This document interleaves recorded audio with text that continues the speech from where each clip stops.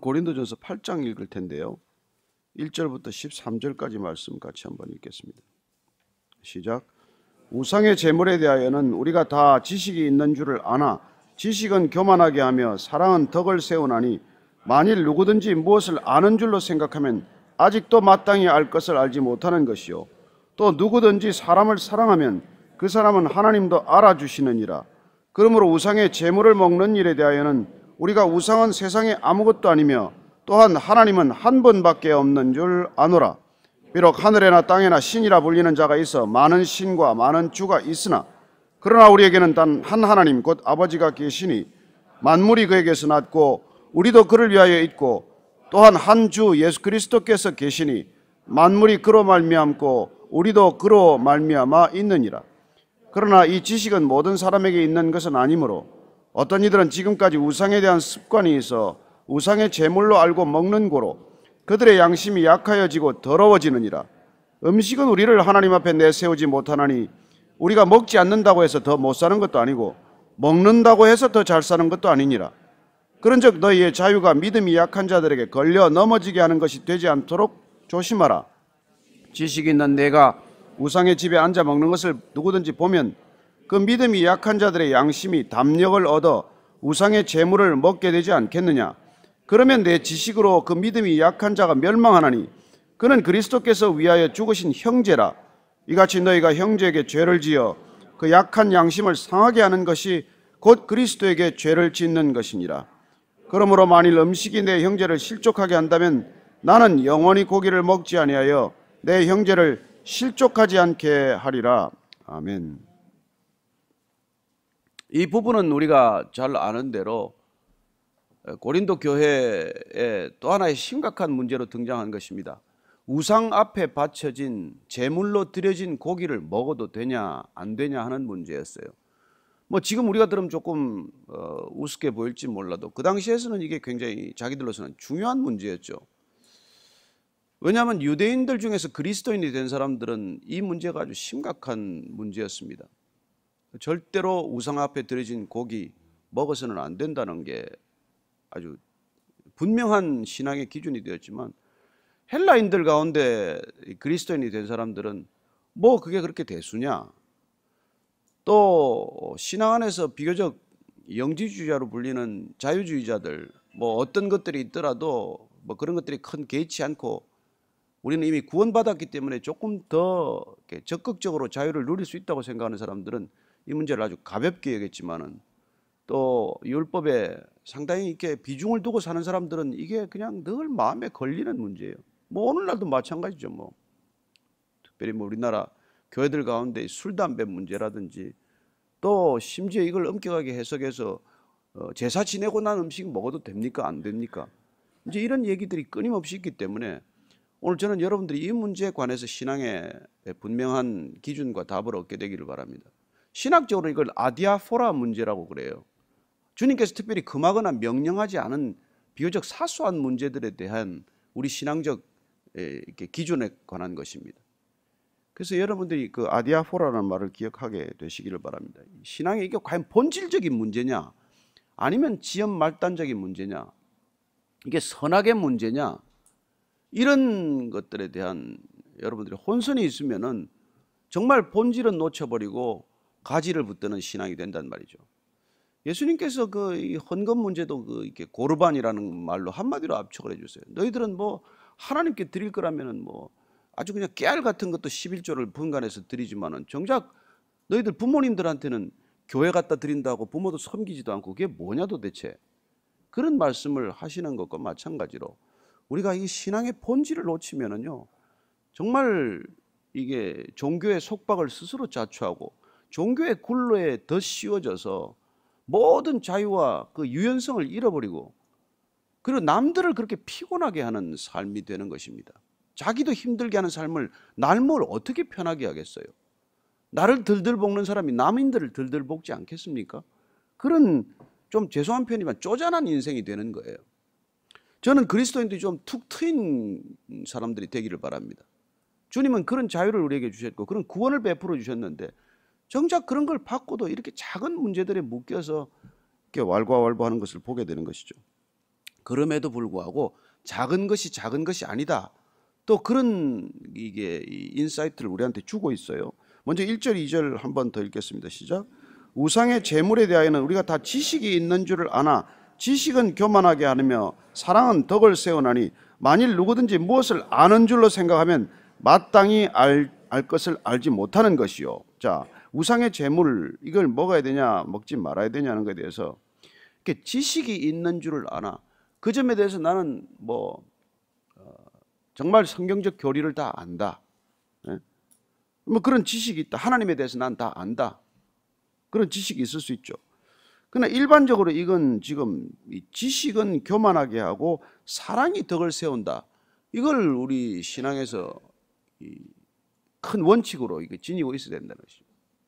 지식이 우리의 덕을 세우지 않고 지식은 우리를 교만하게 한다는 거예요. 여러분 좀 알면 참 가관이지 않습니까? 애들이 뭘 좀 알기 시작하면 이게 부모 꼭대기에 올라가려고 그러잖아요. 학교에서 뭘 좀 배우고 뭘 좀 알게 되고 책을 좀 읽기 시작하면은 부모를 무시하기 시작하고 부모가 뭘 알겠나 그런 눈초리로 쳐다보기 시작하고 이게 사실은 이 지식이라는 게 인간을 끊임없이 교만하게 하는 게 동기가 되는 것이죠. 그래서 참 지식은 내가 아는 것이 없다. 내가 제대로 아는 게 없다. 그게 참 지식이고 지혜일진데 조금씩 알아갈수록 사람이 교만해지기가 쉽다는 것입니다. 특별히 책을 좀 많이 읽으면 참 가관이에요. 그 사람은 뭐 책 읽는 숫자로 사람을 판단하는 거죠. 넌 몇 권 읽었니? 넌 일생에 책을 몇 권이나 봤어? 이게 큰 기준이 돼요. 또 마찬가지로 너는 새벽기도 1년에 몇 번 나오니? 뭐 이런 기준을 가지고 사람에게 잣대를 들이대는 거나 마찬가지예요. 그래서 우리가 지식이라고 하는 것, 하나님에 대하여 안다는 것과 하나님과 이렇게 충분한 교제를 또 임재를 누린다는 것은 별개의 문제예요.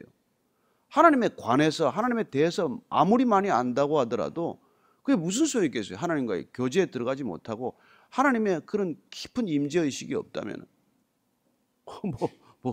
그래서 신학 박사가 돼서 어떻게 할 건데? 그래서 매일 신학 박사가 되고 뭐 예를 들어서 뭐 대형교회 목사가 되어도 만약에 집에서 맨날 부부싸움이나 한다면 그게 무슨 소용이 있겠냔 말이에요. 그러니까 우리가 중요한 것은 내 안에 하나님이 계시냐? 그게 중요한 거지. 내가 하나님을 밖에 두고 그걸 객관적으로 지식적으로 알아봐야 그건 뭐 우리 신앙의 변화를 가져오지 못하는 것이죠. 그래서 항상 우리가 덕을 세운다 할 때 이 세운다는 건 집 짓는다는 표현이에요. 사도 바울은 이 집을 짓는다는 표현을 가지고 늘 하나의 공동체를 이루어 가는데 비유적으로 쓰고 있는 것입니다. 교회 덕을 세운다. 덕을 세운다. 그런 공동체를 세워나가는 것은 지식이 아니라 사랑이라고 하는 것입니다. 우리의 지식은 어쩌면 정말 사람을 가벼이 여기는 교만을 낳지만 누군가를 진심으로 사랑하기 시작하면 비로소 공동체가 형성이 되고 공동체가 세워지는 것을 경험하는 것이죠. 교회란 마땅히 지식으로 세우는 것이 아니라 사랑으로 세울 수밖에 없는 것 아니겠어요? 그런데 지금 바울이 그렇게 말해요. 무엇을 아는 줄로 생각하면 마땅히 알 것을 알지 못하기 때문에 그렇다는 거예요. 제대로 알면 그렇지도 않다는 겁니다. 선지식이 무당지 뭐 선무당이 사람 잡는다고 선지식이 설익은 지식, 농축되지 않고 충분히 발효되지 않은 지식이 사람들을 힘들게 만들고 피곤한 것이죠. 그래서 여러분들 지식인들이라고 하는 존재가 필요하지만 이 사회가 갈수록 지식 사회가 되었고 그렇게 되었지만 이 지식인들의 교만은 늘 사람을 힘들게 하고 피곤하게 하는 거예요. 가는 데마다 갈등이나 분쟁을 일으키고 논쟁을 불러일으켜서 정말 제대로 아는 게 아니라 늘 반쪽 지식을 가지고 이렇게 사회를 흔들어 놓는 것을 보게 됩니다. 누구든지 하나님을 사랑하면 그 사람은 하나님도 알아주시느라. 우리가 이 요한일서 잘 아는 말씀이죠. 요한일서 4장 7절 말씀, 요한일서 4장 7절 8절 말씀 같이 한번 읽습니다. 이거 뭐 외우신 분들이 많을 텐데 같이 읽습니다. 시작. 사랑하는 자들아 우리가 서로 사랑하자. 사랑은 하나님께 속한 것이니 사랑하는 자마다 하나님으로부터 나서 하나님을 알고 사랑하지 아니하는 자는 하나님을 알지 못하나니 이는 하나님은 사랑이심이니라. 유명한 우리가 하나님은 사랑이다. 사랑하는 자는 하나님을 알게 됩니다. 하나님을 우리가 안다고 주장하지만 하나님을 사랑하지 않는 사람은 있을 수 있지만 하나님을 사랑하면 하나님을 알게 된다는 것이죠. 사람인들 그렇지 않습니까? 우리가 사람을 잘 아는 방법은 뭐예요? 그분을 사랑하는 것 외에 다른 길이 없습니다. 객관적으로 그 사람을 분석하고 그 사람의 뭐 히스토리나 커리어를 아무리 우리가 무슨 이력서를 보고 연구한들 그게 그 사람을 아는 게 아니잖아요.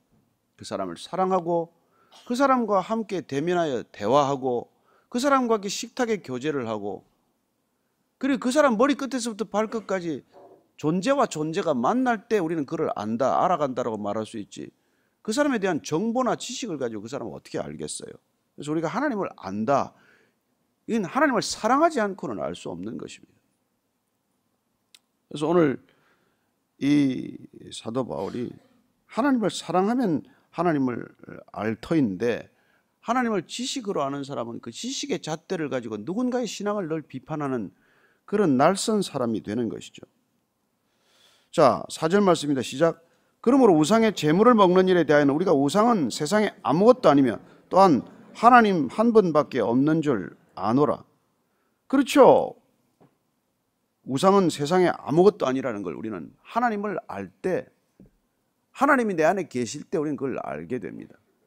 이 세상에 우상이라는 것 그 많은 고린도 교회 자체가 지금 고린도라고 하는 도시적 환경에 내던져져 있다시피 한데 고린도라는 게 이게 우산이 뭐 보통 많은 도시가 아니고 신전만 하더라도 뭐 거의 뭐 각양각색의 신전들이 지어져 있는데 문제는 이 신전이라는 게 어떻게 보면은 뭐 지금으로 치면 뭐라 그럴까요? 뭐 회관과도 같고 공공장소나 마찬가지여서 모든 행사들이 이 신전 중심으로 이루어졌다는데 문제가 있어요. 그러니까 그 사회에 우리가 소속되어 살아가려면은 길드 조합이든 무슨 조합에 속한 사람으로 살건 이렇게 살려면 거기 가지 않고는 살기가 아주 어려운 거예요.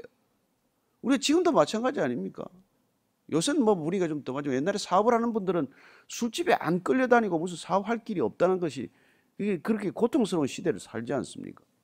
그러니까 그렇게 뭐 신전에 끌려가듯이 끌려가서 문제는 거기서 끝나고 나면 이제 이 음식을 나눠 먹어야 되는데 뻔연히 우상 앞에 들여진 제물이 내려와서 고기가 그게 서빙이 된다면 그걸 어떻게 먹겠어요? 그러나 이제 대담한 사람들, 뭐 그걸 구애치 않는 사람들, 또 하나님을 나다로 아는데 하나님은 그런 거 아무것도 개의치 않는다 하는 지식으로 있는 사람들은 그런 걸 그냥 대담하게 태연하게 먹은 거예요. 문제는 그걸 지켜보는 사람들이 이제 시험에 드는 것이죠. 그래서 이제 이런 일이 생긴 것입니다. 그런데 사도 바울은 이 점에 대해서는 뭐 분명한 입장이 있는 사람이에요. 그래서 우리가 빌립보서를 보면은 디모데 전서를 보면은 제가 읽어드릴게요. 디모데 전서 4장 3절 4절인데 이렇게 쓰여 있습니다. 혼인을 금하고 어떤 음식물은 먹지 말라고 할 터이나 음식물은 하나님이 지으신 바니 믿는 자들과 진리를 아는 자들이 감사함으로 받을 것이니라. 하나님께서 지으신 모든 것이 선함에 감사함으로 받으면 버릴 것이 없나니 하나님의 말씀과 기도로 거룩하여짐이라. 그러니까 뭐 그런 음식물은 다 하나님이 이 땅에 주신 것인데 그냥 감사함으로 받으면 되는데 문제는 진리를 이렇게 모르는 자들이나 하나님께서 지으신 것이 모든 것이 선하다 이런 걸 모르는 사람들에게 그게 다 시험거리가 되는 것이죠. 저는 음식물은 하나님이 지으신 것이다. 여러분들이 감사함으로 먹으면 된다는 것을 믿으시기 바랍니다. 음식이란 게 마실 음자에 먹을 식자 아닙니까? 먹고 마시는 게 다 그렇다는 거예요.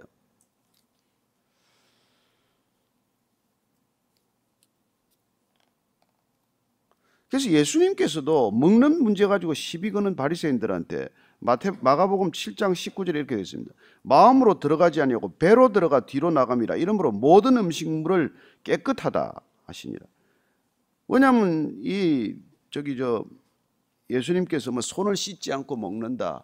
어떻게 이런 미리싹 다니면서 밀을 비벼 먹느냐 이런저런 자꾸 잔소리를 하니까 손 안 씻고 먹는 게 이게 그 사람들한테는 큰 당시의 이 전통상 이게 위배되는 일이었거든요. 어째 너희 선생은 손도 안 씻고 먹느냐? 제자들은 왜 제대로 씻지 않고 먹냐?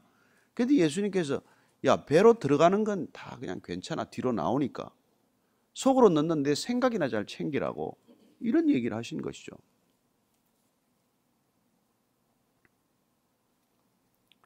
그리고 예수님께서는 그 문제에 관해서 정말 우리가 잘 기억하는 문제들이 있습니다. 예수님께서는 이 아디아포라 문제를 끊임없이 유대인들과 이게 부딪히면서 가르치신 주제예요. 이게 과연 본질이냐? 안식일 문제만 해도 그래요. 유대인들은 그걸 본질로 생각했습니다. 또 하나님께서 안식일을 지키라고 그랬으니까. 그러나 그걸 어떻게 지키느냐 가지고 너무나 세부 조항을 많이 만들어서 그걸 사소한 것들을 거기다 더 덕지덕지 붙여가지고 본질을 훼손시키지는 말아라. 예수님께서 하신 말씀이거든요. 그래서 마가복음 3장 4절을 한번 찾아보세요. 마가복음 3장 4절. 시작. 그들에게 이르시되 안식일에 선을 행하는 것과 악을 행하는 것, 생명을 구하는 것과 죽이는 것 어느 것이 옳으냐? 그럼 안식의 기본 목적이 뭐냐는 거예요. 그 살리는 것 아니냐? 생명이 있는 것 아니냐?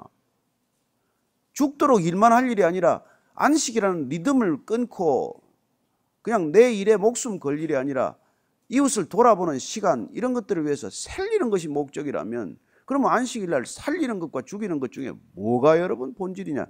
이 얘기가 기본 아닙니까? 악을 행하는 것과 선을 행하는 것, 생명을 구하는 것과 죽이는 것, 이게 기준이지 안식의 구체적인 우리의 삶의 행위들이 꼭 기준이 될 수만은 없다는 것을 우리에게 일러주지 않습니까? 그래서 비록 하늘이나 땅이나 신이라 불리는 자가 있어 많은 신과 많은 주가 있으나 그러나 우리에게는 한 하나님 곧 아버지가 계시니 만물이 그에게서 났고 우리도 그를 위하여 있고 또한 한 주 예수 그리스도께서 계시니 만물이 그로 말미암고 우리도 그로 말미암아 있느니라. 모든 것들이 다 주님으로부터 비롯된 것, 하나님께로부터 비롯된 것이라면은 다 선한 것이다 이겁니다.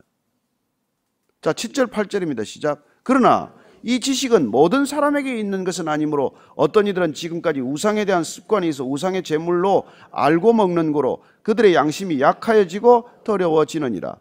음식은 우리를 하나님 앞에 내세우지 못하나니 우리가 먹지 않는다고 해서 더 못 사는 것도 아니고 먹는다고 해서 더 잘 사는 것도 아니니라. 그래서 이런저런 이제 지식을 가지고 있는 사람들이 다 그렇게 뭐 하나님께서는 이렇게 많은 것들을 마음껏 주셨다는 걸 알면 좋지만 우상에 대한 습관이 있기 때문에 그 재물을 알고 먹는 거로 이게 받쳐진 걸 알고 먹는 때 이게 마음에 가책이 되는 사람들, 이 사람들은 양심이 약하여져 있기 때문에 그걸 먹으면은 우리가 다 또다시 시험에 빠지는 거예요. 죄책감에 빠지는 것입니다. 내가 알고 먹었으니까 이거에게.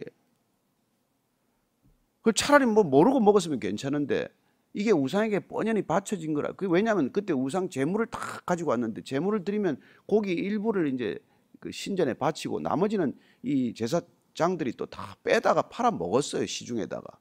그 시중에서 사온 고기가 제상에 이게 우상에게 드려지는지 안 드려지는지도 몰라요. 근데 만약에 주인이 대접하는데 와서 이거는 좀 싸게 사느라고 제물로 드려진 건데 사왔다, 그런 얘기를 하게 되면 우리가 마음에 꺼리낌이 있지 않습니까? 그 얘기를 안 하고 먹었다면 문제가 없지만, 그래서 그런 걸 우리가 뻔연히 알고는 내 양심이 약해져서 안 먹는 게 차라리 낫지 않냐는 것이죠. 그래서 이 기준이 그냥 분명한 기준이 있습니다. 9절 10절을 보면 그 얘기가 더 소상하게 되어 있죠. 11절까지 읽습니다. 시작. 그런즉 너희의 자유가 믿음이 약한 자들에게 걸려 넘어지게 하는 것이 되지 않도록 조심하라. 지식 있는 내가 우상의 집에 앉아 먹는 것을 누구든지 보면 그 믿음이 약한 자들의 양심이 담력을 얻어 우상의 제물을 먹게 되지 않겠느냐. 그러면 내 지식으로 그 믿음이 약한 자가 멸망하나니 그는 그리스도께서 위하여 죽으신 형제라. 우리가 자유롭게 그런 걸 먹을 수 있다고 그렇게 내 믿음은 분명하지만, 그러나 마음껏 내가 먹을 때 믿음이 약한 사람들이 그걸 보고 걸려서 넘어지지 않게 조심을 하라는 것입니다. 그렇다면 그 우상에 박힌 음식이냐 아니냐, 그게 중요한 게 아니라 내가 먹는 걸 보고 믿음이 약한 사람들이 넘어지냐 넘어지지 않냐, 이게 더 중요한 기준이라는 거예요. 이 기준은 어디서 나온 겁니까? 주님께서 하나님을 전심으로 사랑하라, 내 마음과 목숨과 뜻을 다해 사랑하라, 그리고 이웃을 내 몸과 같이 사랑하라. 이 사랑의 계명에 비추어 보면 우리가 누군가를 더 배려하는 마음, 그게 더 중요하다는 거예요. 내가 뭘 먹고 안 먹고 보다도 더 중요한 것은 남을 배려하는 그 마음이 더 중요하다는 것을 우리에게 일깨워주고 있는 것이죠. 내가 내 믿음을 지키고 안 지키고 하는 것보다도 더 중요한 것은 이웃이 내가 믿음 생활하는 이 모습 때문에 뭐 이렇게 주님을 떠나게 되거나 하는 그런 게 더 우리가 배려해야 될 문제다 이 얘기입니다. 그래서 이 모든 문제는 결국은 신앙조차도 자기 중심적으로 변해서는 안 된다는 것을 우리에게 일깨워주고 있는 것이죠. 이 신앙이라는 게 나를 지키긴 하지만 나를 지키는 것과 동시에 이웃을 지키는 것이기 때문에 그게 함께 지켜져서 함께 교회 공동체로 이루어져 가고 지어져 가고 세워져 가는 것을 보기 위해서는 우리가 그분들을 더 사랑해야 하는 것이지 지식으로 그들을 비판하는 것 가지고서는 부족하다는 것이죠. 그래서 이 문제를 가지고 바울은 끊임없이 사실 고민을 한 흔적이 있어요. 그래서 우리가 로마서를 한번 보면 이 문제를 가지고 끊임없이 고민하게 됩니다. 이제 14장 17절 한번 보십시오. 14장 17절 뭐라고 하고 있는지. 자, 한번 같이 큰 목소리로 읽습니다. 시작. 하나님의 나라는 먹는 것과 마시는 것이 아니요 오직 성령 안에 있는 의와 평강과 희락이라. 그러니까 하나님 나라 백성들이 먹는 것 가지고 마시는 것 가지고 그렇게 너무 따지지 말라는 거예요. 본질은 하나님의 나라는 성령 안에 있는 의와 평강과 희락이라. 의와 평강, 희락은 모두 관계적인 개념이에요. 의란 하나님과의 바른 관계를 통해서 이웃과의 바른 관계를 회복한다는 뜻이고, 평강이란 하나님과의 바른 관계, 이웃과의 바른 관계 속에서 우리한테 솟아나는 그 샬롬, 그것도 관계적인 산물이 아니겠습니까? 기쁨이라는 것도 나 혼자 기쁜 게 어디 있어요. 우리가 이웃과의 관계에서 오는 기쁨을 맛보는 것. 그러니까 하나님의 나라는 본질적으로 관계에 있기 때문에 우리가 개인적인 행동이 그렇게 본질이 아니라는 것이죠. 내가 뭐 먹고 안 먹고 지키고 안 지키고 이게 그렇게 중요하냐는 것입니다. 그런데 이제 중요한 것은 이게 바울이 다시 이렇게 말합니다. 우리가 우리의 믿음이 약한 자들을 넘어뜨리게 되면 그러면 그는 그리스도께서 위하여 죽으신 바로 그 형제가 넘어지는 거니까 그리스도에 대해서 우리가 대적하는 거나 마찬가지라는 그런 결론을 끌고 보는 것이죠. 그래서 이 12절 13절 읽고 마칠게요. 시작. 이같이 너희가 형제에게 죄를 지어 그 약한 양심을 상하게 하는 것이 곧 그리스도에게 죄를 짓는 것이니라. 그러므로 만일 음식이 내 형제를 실족하게 한다면 나는 영원히 고기를 먹지 아니하여 내 형제를 실족하지 않게 하리라. 이게 바울의 대단한 결심이에요. 나는 그게 거칠 바가 없지만 그 사람이 그렇게 나 때문에 넘어지게 하지는 않겠다는 거예요. 왜냐하면 교회 공동체는 이게 헬스클럽이 아니기 때문에 그래요. 여러분, 헬스클럽은 각자 자기의 막 근육을 만드는 곳 아니에요. 그러나 누구 표현대로 이 교회는 헬스클럽이 아니라 재활센터란 말이에요. 재활센터는 누가 몸자랑하거나 보디빌더들이 설치는 곳이 아니에요. 여기는 다 부상자들, 연약한 사람들이 재활치료를 받는 곳이기 때문에 그 사람들이 나무 하나를 들더라도 일어설 줄 아는 것, 이걸 보면 박수를 쳐주는 것이고 그 사람이 기준이 되어야 되는 것이죠. 헬스클럽은 가면은 우락부락한 사람이 기준이 되지만 재활센터는 가면 이렇게 연약한 사람, 걷지도 못하는 사람, 앉아있는 사람이 기준이 되는 거예요. 그게 교회가 가진 본질이기 때문에 우리는 교회는 늘 연약한 사람들을 기준으로 삼는 거예요. 늘 새신자, 새가족이 기준이 되어야 하는 곳이에요. 이미 몇십 년 신앙생활한 사람이 뭐가 걸릴 게 있겠어요. 그래서 그 새로운 사람들을 기준으로 늘 삼는 거예요. 애가 태어나면 온 가족이 애가 기준이 되잖아요. 그 아이 하나가 아무것도 뒤집지도 못하고 자기 옷 하나 갈아입지 못하고 우유 한 병 제가 만들어 못 먹지만 그 아이를 우리가 24시간 지켜보면서 부모가 함께 지켜보면서 그 아이를 중심으로 살아가는 것처럼 이 교회 공동체는 그런 공동체이기 때문에 단순히 먹고 마시는 문제 그렇게 우리가 치부할 일이 아니라는 것이죠. 그래서 우리가 이게 보면은 이제 소그룹 모임이나 공동체 모임 때 이제 술이 들락날락 하다가 시험거리를 일으키는 일이 있지 않습니까? 몇 사람은 그 먹는 게 뭐가 그렇게 대수냐? 주님도 마셨는데. 주님도 포도주를 사랑하다가 이제 그렇게 되지 않았냐? 그럼 또 누가 막 전거를 가지고 들어와요. 그 당시 마신 건 포도주가 아니라 포도즙이다. 포도주스다. 사실은 한 4분의 1쯤 묽게 물 탄 거예요. 왜냐하면 그 문화에서는 물이 귀하기 때문에 그렇게 포도주를 조금 묽게 써서 물처럼 마시기도 했고, 또 이제 위병이 난 디모데한테 뭐 바울이 그 위가 그렇게 탈이 났다니까 그 석회색이 많이 든 물 먹지 말고 포도주를 좀 약으로 써라, 이런 얘기만 그것만 찾아가지고 또 봐라, 이거 봐라, 바울도 먹으라 그러지 않았냐. 그러나 큰 원칙은 뭐예요? 술 취하지 말라, 이는 방탕한 것이니 오직 성령 충만을 받으라. 술에 대한 해악이 훨씬 많이 기록이 되어 있어요. 주님께서 정말 영혼을 품기 위해서 뭐 어디 가서 그렇게 그런 자리를 많이 만드셨겠지만, 그래서 우리가 뭐 그런 것들을 찾아가지고 자꾸 소그룹 모임이나 공동체에서 그런 걸 하게 되면 시험거리에 드는 사람들은 그것 때문에 교회를 떠나게 되잖아요. 그럴 때는 우리가 절제하는 것. 그래서 우리가 사랑은 절제를 가져오고 지식은 교만을 가져온다는 게 이래서 문제가 되는 것이죠. 우리가 정말. 그래서 우리가 이 아디아포라 문제, 본질적이 아닌 문제를 가지고 교회에서 시비를 걸 때 그 기준은 뭐냐면, 과연 우리가 사랑의 이중계명에 합당하냐, 이게 내가 전심으로 하나님을 사랑하기 때문에 이걸 하고 있냐, 또 내가 이웃을 내 몸보다 더 사랑하기 때문에 이 사람 기준 때문에 하고 있냐.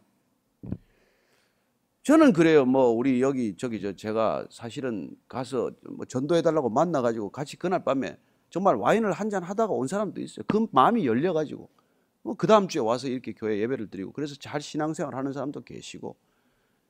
그래서 우리가 정말 그 자리에 있을 때 이게 내가 누구를 위한 결정이냐, 이게 더 중요하단 말이죠. 저는 여러분들이 그런 이웃을 배려하는 것, 그 기준으로 우리가 이런 문제를 지혜롭게 답을 얻게 되기를 바랍니다. 여러분, 더 사랑하면 길이 보입니다. 더 사랑하면 답이 있습니다. 덜 사랑하면 내 지식에 의존하지만 더 사랑하면 그 사람을 기준으로 생각이 되는 것이죠.